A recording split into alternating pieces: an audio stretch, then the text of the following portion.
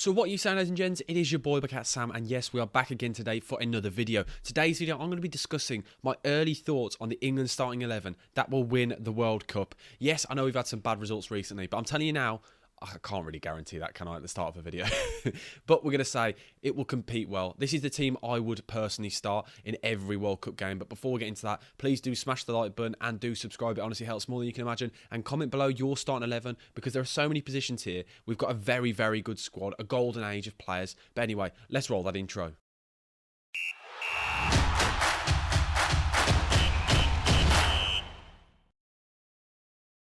So obviously we've got to start off with the goalkeeping position, and this is the one that you can have most discussion about in my opinion, and it's probably the one that is probably the hardest to discuss. It's preference. There are three goalkeepers really that are in the contention, and neither of them really fill me with much confidence, and that's not great. It's not a great start, is it really? If you're starting off, the keeper, arguably one of the most, if not the most important position in a World Cup run.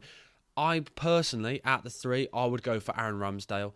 I understand Pickford has been amazing for England, and he really has been, but I just still am not confident. I think his time at Everton, yes, he dips in and out of form, and he's quite an emotional player. And if you get what I mean, he plays, you can see he's an angry player. He's always on the verge, and I just, sometimes it can get too much. But yes, he's been a great servant for England. A lot of people probably won't like that opinion, but personally, I just believe Ramsdale's better with his feet. He's a more commanding, confident goalkeeper, and he fills me with more confidence. And I think over time, we'll see. He won't have as good a season as last season because he was absolutely insane for Arsenal, but I still think you'll see the consistency with Aaron Ramsdale. And obviously, we've got Nick Pope in contention. He may climb up with his time at Newcastle. We might see a new side to him because if he's playing with Eddie Howe, I presume he's now going to start passing out from the back. So if he can improve that, personally, I'll be all for Nick Pope in the future. But at this current moment, Aaron Ramsdale in goal.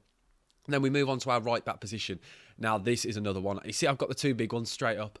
There are so many players in this position. You've got Reece James. You've got Kyle Walker. You've got Trent. There are so many players. All three of them are world class, let's be honest. And it depends on preference now. Because if you want a player who's probably technically the best and creates the most chances, you probably would go for Trent.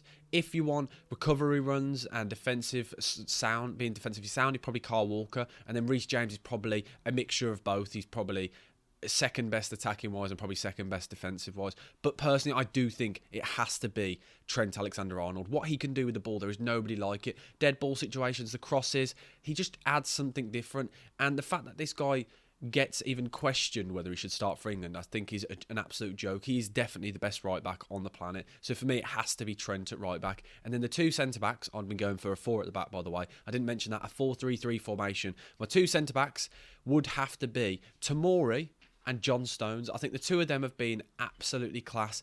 And yes, John Stones doesn't fill me with confidence. He has a howler in every moment. But when you've got players like Tomori and Trent, and when we get onto my left back, pace that can recover, that's the one thing you need. If you've got defenders that aren't too sound, they're good on the ball, both of them, by the way, but they both just can cover each other with the pace.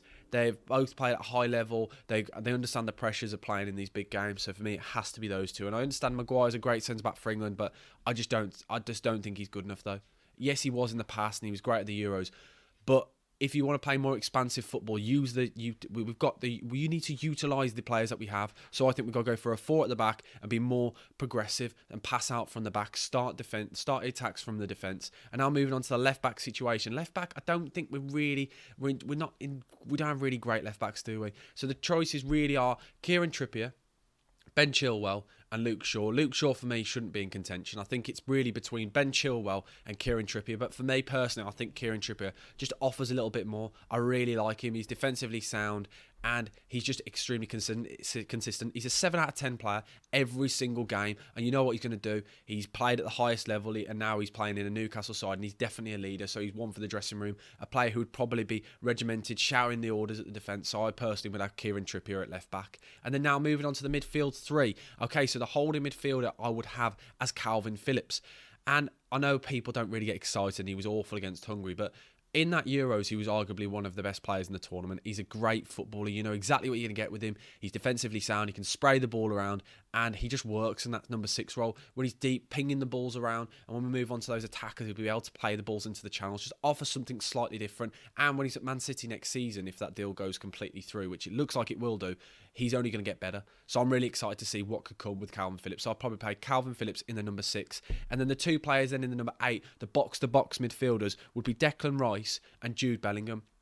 And I think Declan Rice has come on leaps and bounds, probably arguably one of the best centre midfielders on the planet right now. He is so good at points. I just thought he was a holding midfielder, but the way he's been driving and progressing with the ball is absolutely insane for West Ham. He's been integral to them this season, and he's another reason why they've had such a great run in the Europa League. And you're starting to see it when he's playing for England. He is so confident. You wouldn't think he's still so young. He just drives with the ball like it's absolutely nothing, takes the ball in any situation. And I think him, along with Jude Bellingham, a player who, as I said before in many other videos, probably could go on to be one of the best England centre midfielders, and I stand by that comment. He is so good going forward. He's just got an engine, and I think with that midfield 3 of Declan Rice, Calvin Phillips and Declan Rice, it's just non-stop running. The 3 of them, I think I just said Declan Rice 3 times then, sorry, apologies. Jude Bellingham, Declan Rice and Calvin Phillips. The engine with those 3, they will just non-stop running. I think you need that sometimes. You need kind of, people say like rats running around in midfield, and I mean that in a nice way, feeding off scraps, running around, constantly pressing other teams. Because if you want to play progressive, if you want to play high, expansive, high-pressing energy football, you need engines, and those 3 have got serious engines, and I think those 3 would be a really good combination. It's just we don't see England really ever playing with a midfield 3, and players like Mason Mount get in. And don't get me wrong, I think Mason Mount is a great player, but he still hasn't done it for England yet. And that's one question mark for me. I do worry. Whenever he's playing for England, he's just simply not good enough. And I don't know what it is. I can't put my finger on it. I don't know if it's because he's not utilising the right position or the right system. It just doesn't benefit him. So he'd probably be a bench player for me. And I understand I'm missing out on some other great players, but this is my starting 11. Now on to the front 3, the most important part, the goals. Where are these goals going to come from? So we're going to start off on the right wing.